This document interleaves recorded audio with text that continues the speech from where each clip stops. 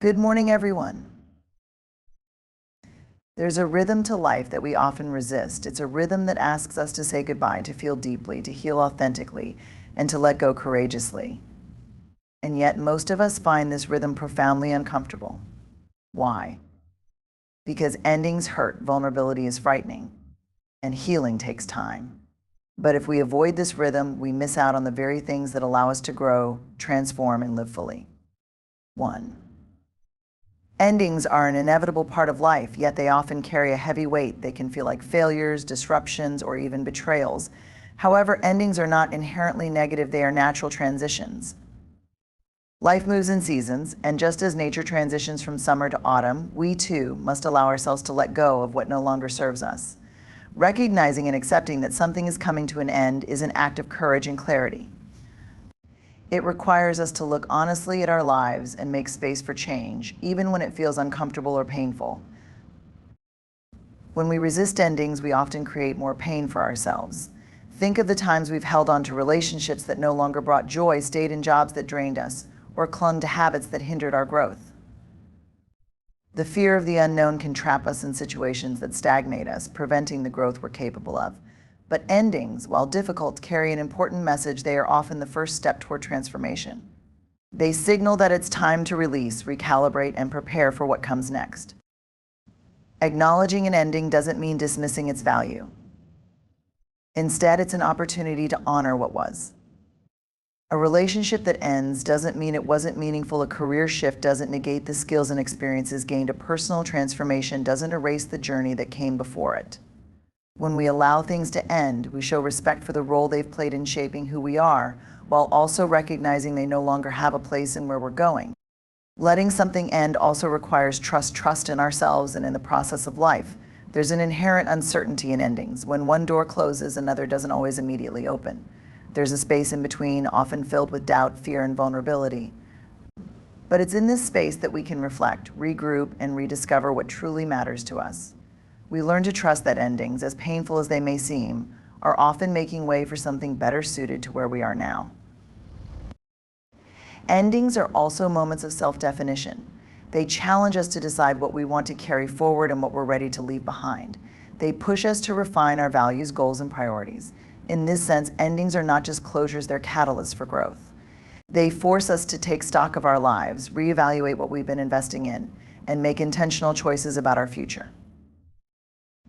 As difficult as it may be, letting something end can be an act of liberation. It allows us to free ourselves from the weight of obligations, expectations, and attachments that no longer align with our authentic selves. By embracing endings with an open heart, we give ourselves permission to evolve, to seek new paths, and to step into a future that reflects our truest aspirations. Instead of fearing endings, we can learn to see them as a necessary part of our personal and emotional landscape, markers of growth and signposts guiding us to the next chapter of our journey. Allowing yourself to feel pain is one of the most courageous acts you can undertake. In a world that often encourages avoidance, distraction, or the pursuit of quick fixes, sitting with your emotions can feel counterintuitive. Yet it is essential for healing, growth, and self-discovery. Pain, whether it stems from loss, disappointment, or change, is not something to fear. It is a natural part of life's rhythm, and when embraced, it can offer profound insights and a pathway to greater resilience. When we suppress or avoid pain, we don't eliminate it, we merely push it aside temporarily. It lingers beneath the surface, manifesting in ways we may not recognize through anxiety, frustration, or a sense of disconnection.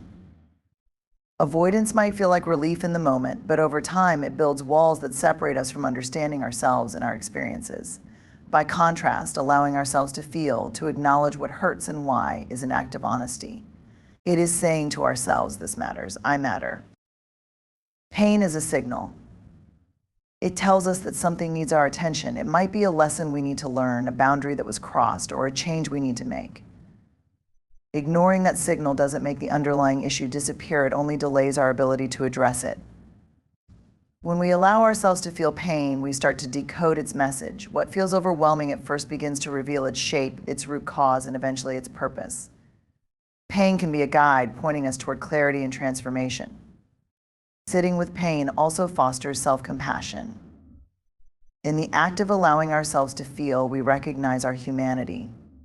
We give ourselves permission to struggle, to grieve, and to process without judgment. It's a reminder that we are not machines, and life isn't meant to be a constant stream of highs. This acknowledgement creates space for gentleness and understanding, which are critical for moving forward. By treating our pain as valid rather than as an inconvenience, we build a stronger relationship with ourselves. Feeling pain is not about wallowing or staying stuck in a place of hurt. It's about creating the conditions for authentic healing. When we give pain the attention it demands, we eventually find that its intensity begins to lessen. The initial sting softens into something more manageable, something we can integrate into our lives. This is the first step toward moving through the pain rather than being controlled by it.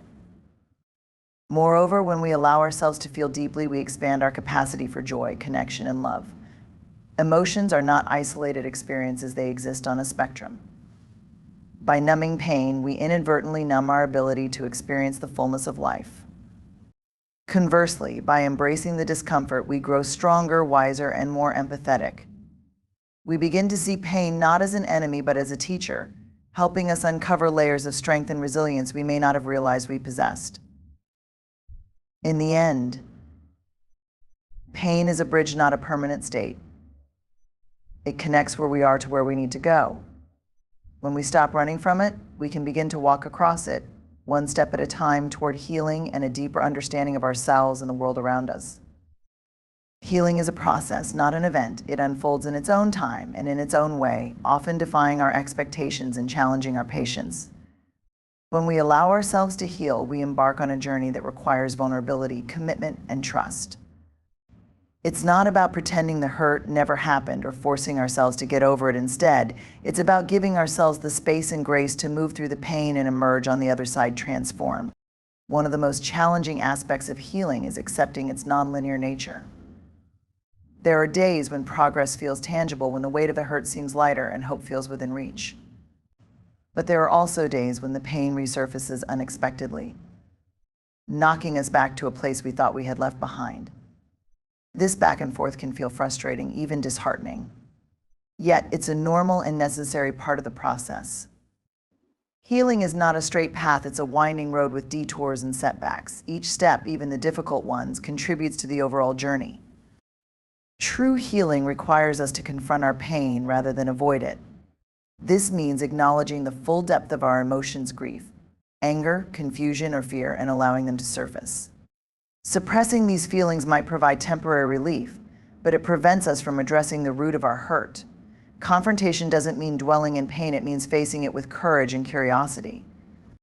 It's asking ourselves, what is this pain trying to teach me, and being open to the answers, no matter how uncomfortable they might be. A significant part of healing is learning to accept what cannot be changed. There is power in recognizing that while we cannot undo the past, we can choose how we respond to it. Acceptance doesn't mean condoning what happened or dismissing its impact. Rather, it's about freeing ourselves from the grip of what if and why me and focusing on what we can control, our present and our future. It's in this acceptance that we begin to reclaim our power and rewrite our narrative. Healing also involves nurturing ourselves in ways that promote recovery. This can look different for everyone: journaling, seeking therapy, leaning on a support network, engaging in creative outlets, or simply allowing time for rest. Whatever the method, the goal is the same: to create an environment, both internal and external, that fosters growth and renewal. Self-care isn't a luxury during healing, it's a necessity.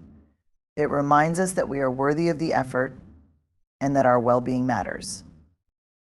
As we heal, we begin to notice shifts. The memories that once felt unbearable lose their sharpness. The wounds that seemed all-encompassing start to fade into scars, visible but no longer painful. These scars tell the story of what we've endured and how far we've come. They are not signs of weakness, but of strength, resilience, and the ability to move forward despite challenges. Healing isn't about erasing the past, but about integrating it into our lives in a way that empowers us. It's about finding meaning in the struggle and using it to build a foundation for a stronger, more compassionate version of ourselves. And while the process may be slow and often unpredictable, every step forward is a testament to our capacity to endure, to grow, and to thrive.